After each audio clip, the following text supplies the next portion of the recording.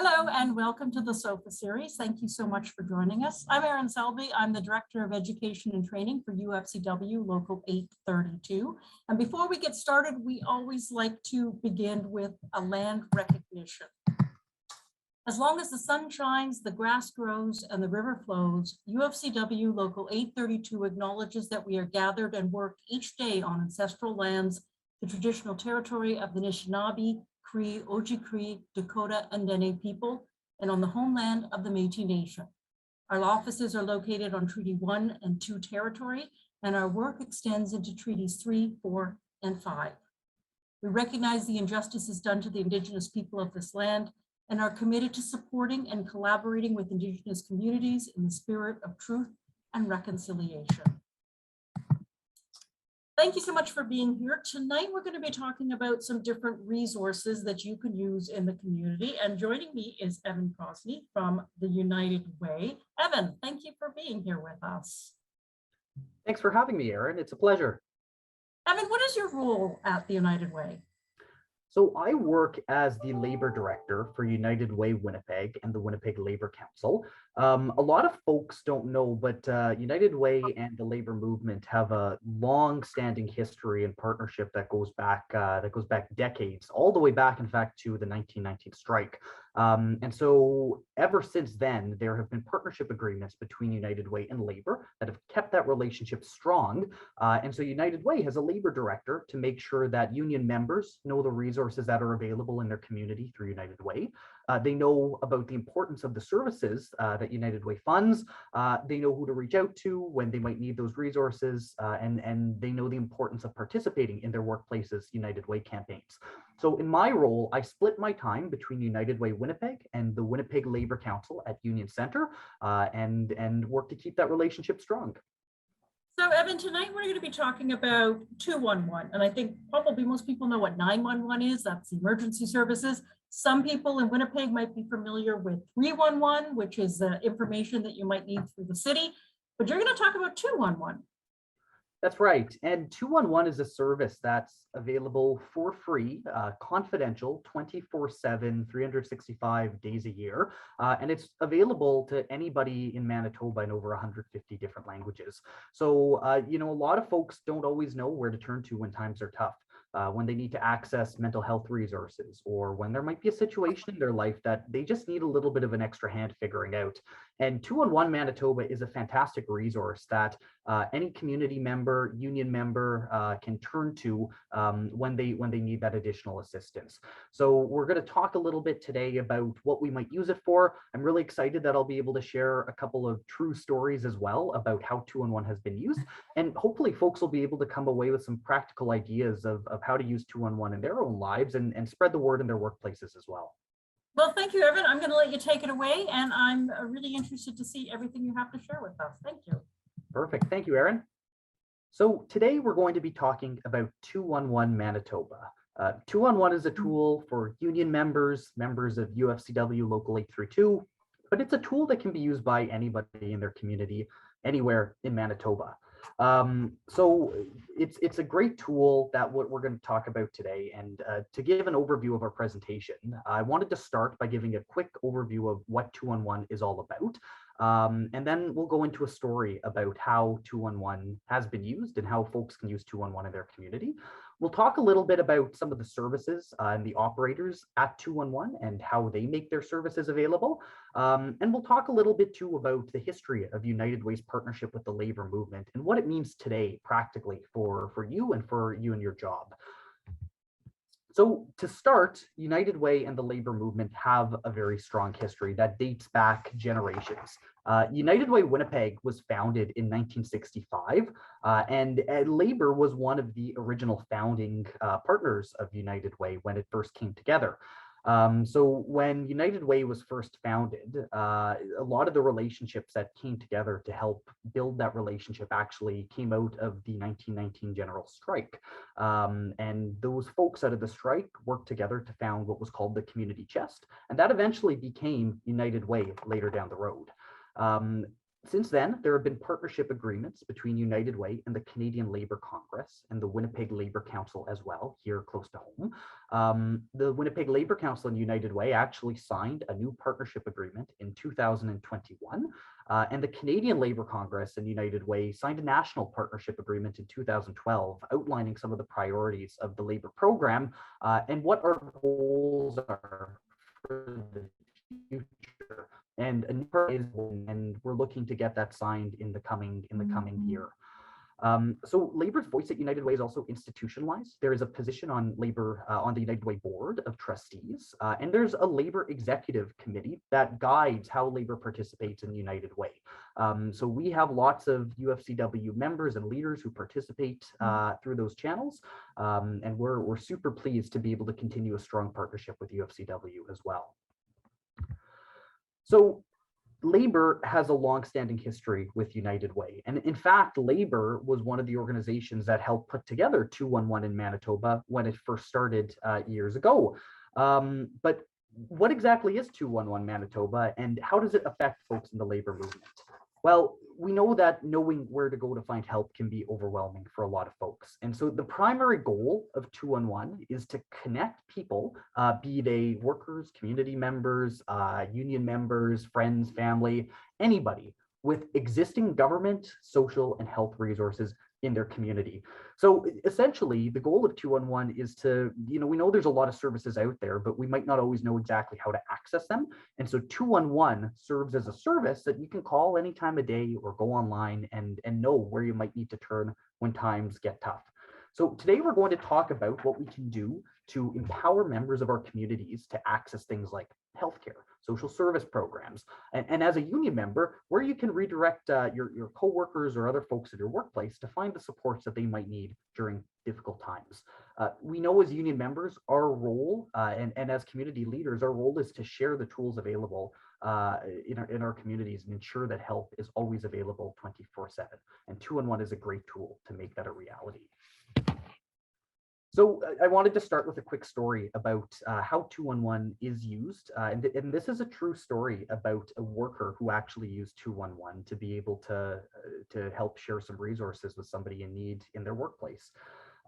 So, people often want to help others, but they might not always know what resources are available. And in this case, a 211 service navigator, those are the folks who work in the call center, had taken a call from a worker at a storage facility.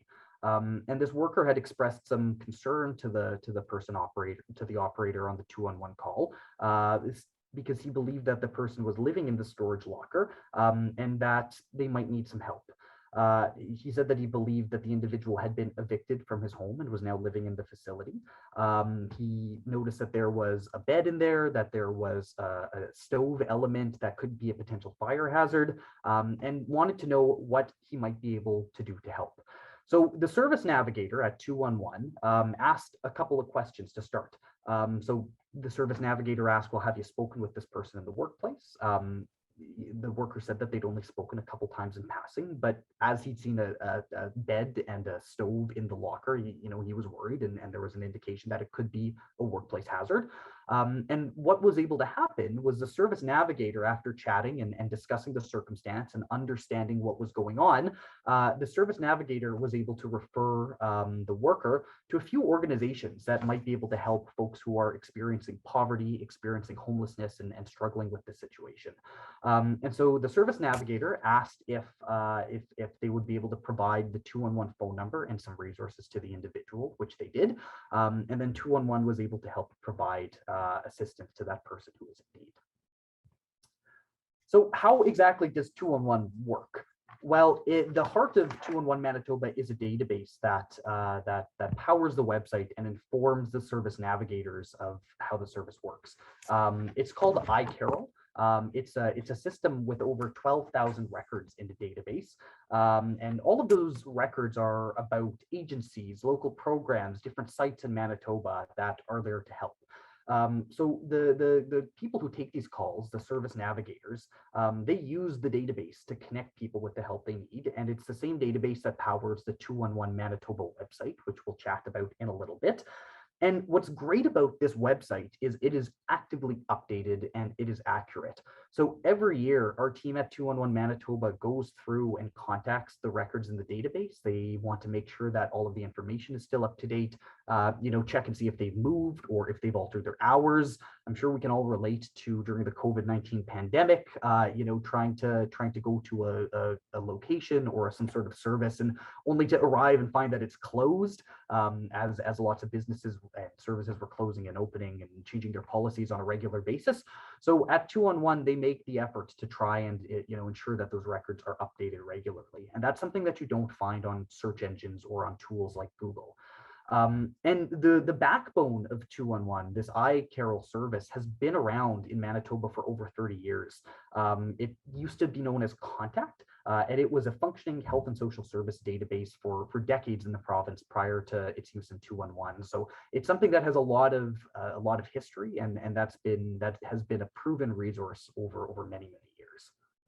So 211 Manitoba's phone service is really the bread and butter of what's available. It was first launched in 2020, and it was done in the midst of the COVID-19 pandemic. And what's great about the phone service is it's as simple as picking up the phone and dialing 211. And callers often get through within a matter of seconds. There's usually little to no wait time after calling 211. And the great thing about having it launched in the midst of the pandemic was this was, of course, a time where so many folks were staying home, but there was an unprecedented need from the community and a need for services more than ever before.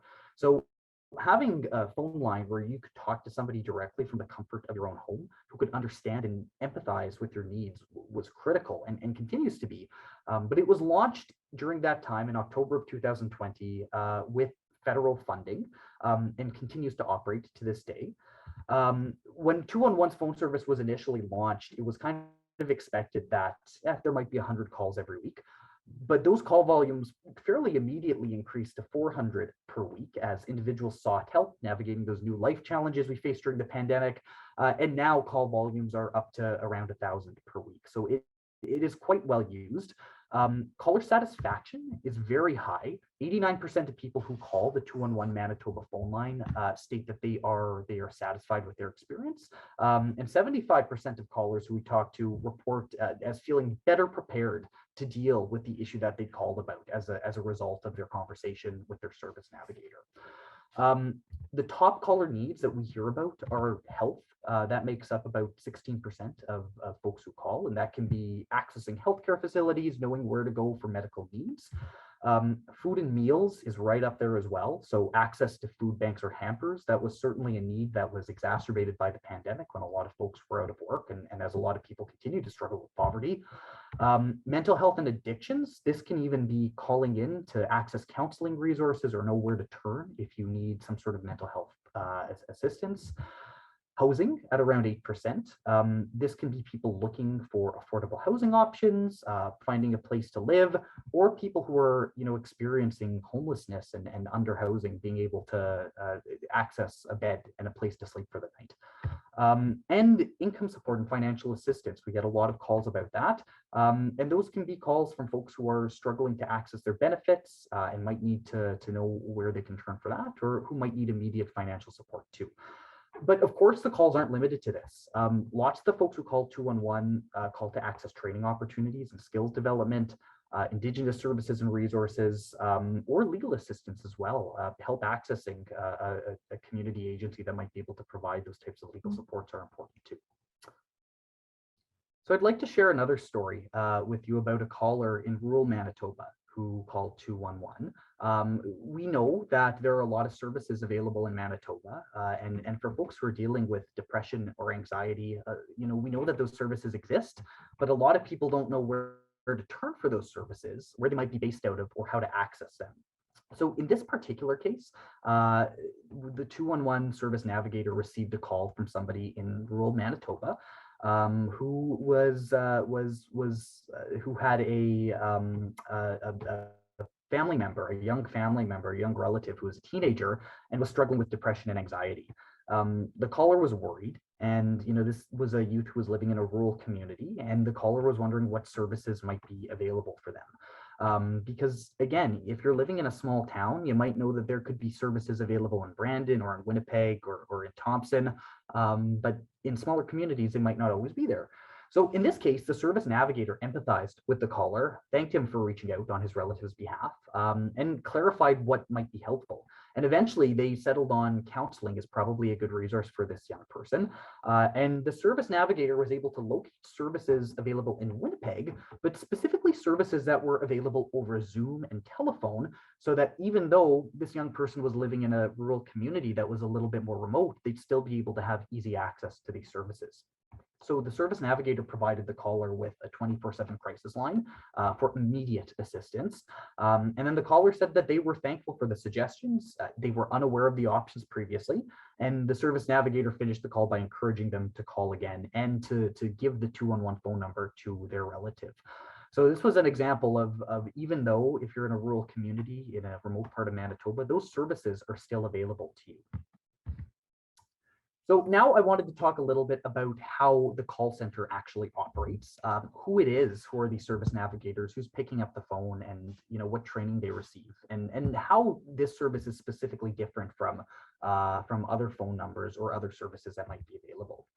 So as I've already mentioned, we call them service navigators, and they receive certification from AIRS. AIRS is the Alliance of Information and Referral Systems, and they are highly trained individuals. A lot of these folks come from backgrounds in social work or with extensive experience in frontline community-based service delivery, and so they're really are trained to support diverse populations. With this being said, they do receive extensive training when coming on board with 211. They're trained in suicide prevention, mental health recognition and response, and they meet all of the quality assurance standards of AIRS. So this is specialized program training, effective management practices, and program evaluation as well. The 211 operators speak many languages, and service is actually available in over 150 languages. If one of the service navigators doesn't speak the language that the caller is trying to communicate in, there's a live translation service that is always available, so they're able to communicate adequately. And many of the 211 service navigators are union members who are represented by QP.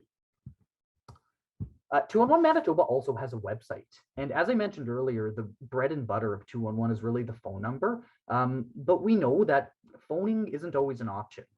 For folks who are maybe living tragically in a domestic violence situation, it might not be adequate or appropriate to be able to make a call sometimes. Or you may just want the confidentiality if you're at home of being able to communicate virtually or look for resources online. So 211's website is great for that. There's a live chat option available if you do need to talk to somebody, one of these service navigators, directly over text. And since 2017, there have been over 1 million users of this website. We've seen 1.3 million sessions and 2.2 million page views. And the website is really easy to navigate. So there's a screenshot of the website here on the display. When you arrive on the homepage, you see a list of topics, everything from housing and homelessness to mental health and addictions, support for seniors, and everything in between. And all it's a matter of doing is selecting a topic and entering your address and pressing search. And the reason that we have folks enter their address is it'll actually show the services that are available closest to home for them. So if you're in a rural community, or if you're in maybe an area of Winnipeg that might be, traditionally underserved by some of these agencies, the website will automatically find what is closest to home for folks. And what's different about this compared to something like Google or another search engine is it's totally ad-free. And as I mentioned earlier, it is updated regularly. We have folks whose job it is to reach out to these agencies who we list on the website and actually make sure that their info is up to date. And it's run as being able to find resources close to home and not done to make a profit. This is a not-for-profit service. So since 211 Manitoba launched, we've had lots of different users. And last year, actually, we saw 300,000 community members use it to access support. I'd like to share another story now about seniors. We know that seniors, might have faced a lot of challenges during the COVID-19 pandemic, particularly when it comes to isolation and being at home. it can be really hard to be alone. And sometimes it's just a matter of having somebody there to talk to and reach out to.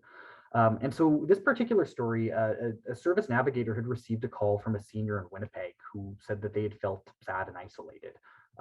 It was in the midst of the pandemic and they were struggling to do chores like, snow shoveling. I'm sure we all had enough of that this past winter, and getting food, going to the grocery store. It was difficult for her to be alone during COVID. And the service navigator let the caller take their time to talk about their feelings, to empathize with them, and to let them know that they weren't alone in this. Together, they were able to find services to help. And the service navigator realized that the senior was feeling overwhelmed and actually offered to the senior to see if he could make some calls on her behalf to find some assistance. And so with her permission, the service navigator called the local grocery store to find out if she could get groceries delivered. And he wrote down the directions, made sure that she knew exactly how to do this.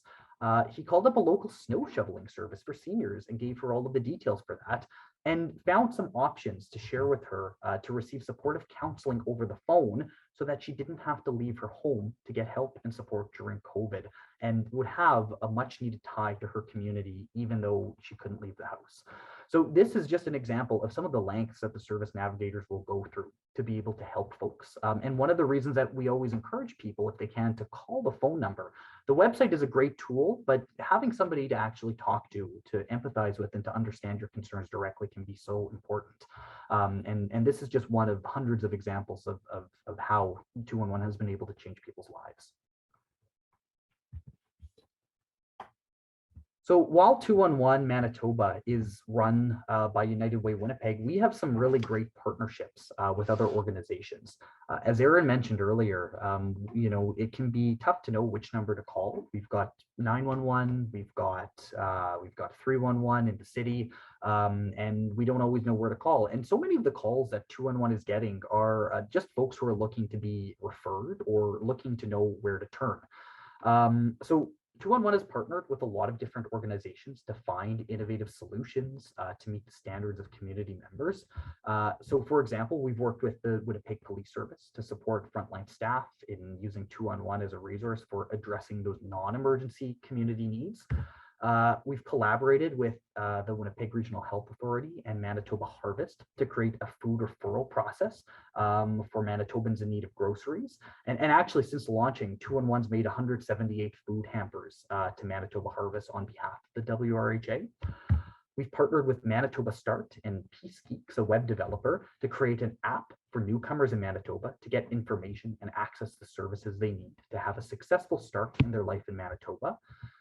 We partnered with the Downtown Community Safety Partnership Committee, and they can be the easy to remember front-facing phone number to access outreach services in downtown Winnipeg. And finally, we partnered with the provincial government and Transportation Options Network for Seniors, TONS. And we've done this to create a referral system for Manitobans in need of transportation to vaccine appointments as well. So for all of these services, there is always going to be somebody at 211 who will be able to help make the right referral and get you the help that you need. And speaking of making referrals, I wanted to tell another story about how a caller was able to give 211 a shout to get in touch with other agencies, and in this case, emergency personnel, to ensure that their needs were met. So again, lots of folks don't always know which number to call when they're facing a new or frightening situation. They may be confused about emergency procedures and not know how to access support. So the 211 service navigators are trained to know when callers need to be referred to emergency responders and know exactly how to facilitate that. They are trained to quickly assess the situation and find the right kind of help. And in this case, a man had actually called 211 from the United States, but this was somebody who was from Manitoba originally, but had moved down there. He was confused and didn't know what to do in this situation because his relative who lived in Manitoba had gone missing, and he wasn't sure what the procedure was to get help with that. He thought, hey, I'll call the police. That's the best first start. But he called the police in the United States, and they had no idea what to do. They didn't have any sort of information about what the Manitoban or the Canadian standards were, and he didn't have any direction on what the next steps might be. So he called 211. The service navigator has always assessed the situation and found out exactly where in Manitoba the relative had lived and found the contact number for the local police service. She gave them the 10-digit number and asked if he wanted assistance in getting through to the police, which he accepted. And so the service navigator in this case actually made a three-way call between the caller, the service navigator, and the local police service and explained the situation in order to get somebody out to dispatch. She was then able to get through to the right staff member who could help with the missing person and explain the situation to the staff member so that the caller didn't have to do it again and let the caller know that they could always call 211 again if they needed any additional support. Eventually, the service navigator ended the call, leaving the caller on the phone with the police. But in this situation, this is where, the caller wouldn't have known which police agency to call or where to get in touch in Manitoba for the situation, especially being out of country. But because 211 service navigators have training and know all of these connections already through the database, they're able to facilitate that and make those warm transfers and do those three-way calls so that they're able to get in touch.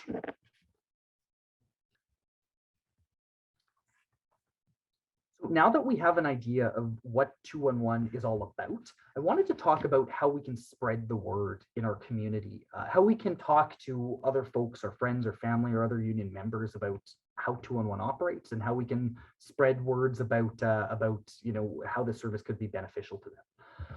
So 211 is used by so many different folks. From the context of the labor movement, shop stewards, union staff, and union reps use it fairly regularly. In the workplace, as we talked about earlier, there's so many stories about how it's been helpful to workers. Individuals and families who are facing challenges, not-for-profit agencies, government, and health services call just to be able to know, if it's not a service that they offer, to know where to redirect folks to. We get calls from first responders, frontline workers, social workers, and police, and also government planners, decision makers, and elected officials and their staff even use 211 to be able to recognize what resources already exist and where there may be gaps that they need to fill or where they can redirect folks.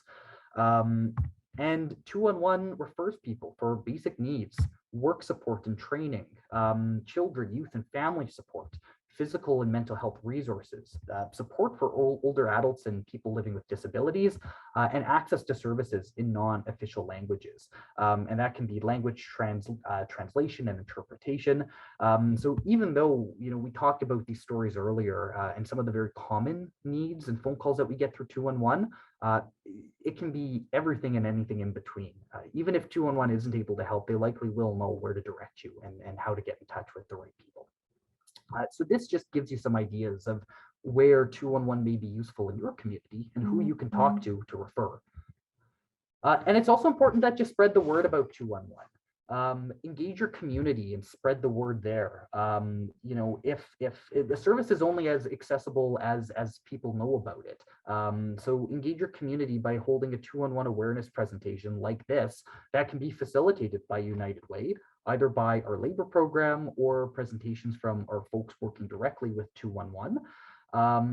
Remember the facts so that you can talk about 211 at your local union meetings or in your community. Remember the basic facts, like about how it's free, confidential, available 24/7 and in over 150 different languages. Keep the digital resources saved. We can get you 211 graphics that you can post on social media, and do things like bookmark the 211 webpage in your phone or on your computer so you can quickly find a list of those services available. In your email signature at work, if you're allowed to, add a 211 button in your signature so that if you ever do email somebody who needs assistance, they can just click that and quickly get to the website. And stay tuned to 211 social media through United Way Winnipeg or through the Winnipeg Labor Council, where we often share information about 211 and the services that are available. And there are lots of materials that you can grab as well to share in your community, in your workplace, or anywhere in between. You can get 211 posters, which you can post on your union board, in staff rooms, offices, community centers, a 211 handbill that can go to new members of your union or new folks at work, or that you can save for quick information. 211 business cards. I love to keep these in my wallet. A couple of months ago, actually, when we had a big snowstorm, I ran into a senior who was pushing a cart down the road, a shopping cart, and needed assistance in accessing handy transit. And I gave him one of the 211 business cards so that he quickly had the number available to access support. So I love keeping these on me at all times. And digital graphics as well, like the ones you see on the screen here. We can always get these to you or work to make custom ones, if there's a need for that. And those materials can be made available just by reaching out to me as the labor director, or to United Way Winnipeg. So to finish off, I put my contact information up here. If you're ever looking for more opportunities to engage your union through United Way at your workplace or your community, feel free to give me a shout. We're always happy to help, and we're always able to answer any questions you have about 211 as well, and help you with any assistance that you might need. Thank you so much, Evan. There's way more resources available for through 211 than I realized. And I think what I'm taking away from it is, if you're not sure, call and ask. Nobody's going to mind if you have a question that you might think seems kind of silly, or maybe you shouldn't have called this number. It seems like the folks there are willing to listen to your question and help you with whatever they can. Yeah, that's right. And the great thing about 211 is, if you are the person who is struggling and who needs access to some sort of service, that number is always there, which you can call. But also, if you see somebody in your community who needs help, if you see somebody at work who's approached you and has asked for some sort of resources that you might not know where to direct them, you can call and ask those questions. So there is no such thing as a stupid question. There's no such thing as a resource that you might not know if it exists or not, because it likely does. Like I said, there's over 12,000 records in that database, and those service navigators know their stuff. They know exactly where to direct you. Well, that could be really handy for anybody in the workplace, their family, their friends, but especially our shop stewards, who are often dealing with different issues that come before them. So thank you, Evan. I really appreciate all the information that you brought us. And thank you for showing us a little more about United Way. My pleasure. Thanks again for making the time, Erin. And it's always a pleasure to share, the importance of this great resource. So thank you. And thank you for watching as well. I hope you've got some information that you'll be able to use in the future, should you ever need to. This is something that we present as a thing to our members, as a union, UFCW Local 832. We like to do things to connect with our members and things they might be interested in. So if you're watching this and kind of wondering, what's it like to have a union in your workplace? What else does a union do? You're welcome to learn more by going to our website, which is ufcw832.com. Or if you're one of our members and you want to know a little bit more about what your union does for you, go to our website and have a look around, ufcw832.com. Thank you so much. Have a great day.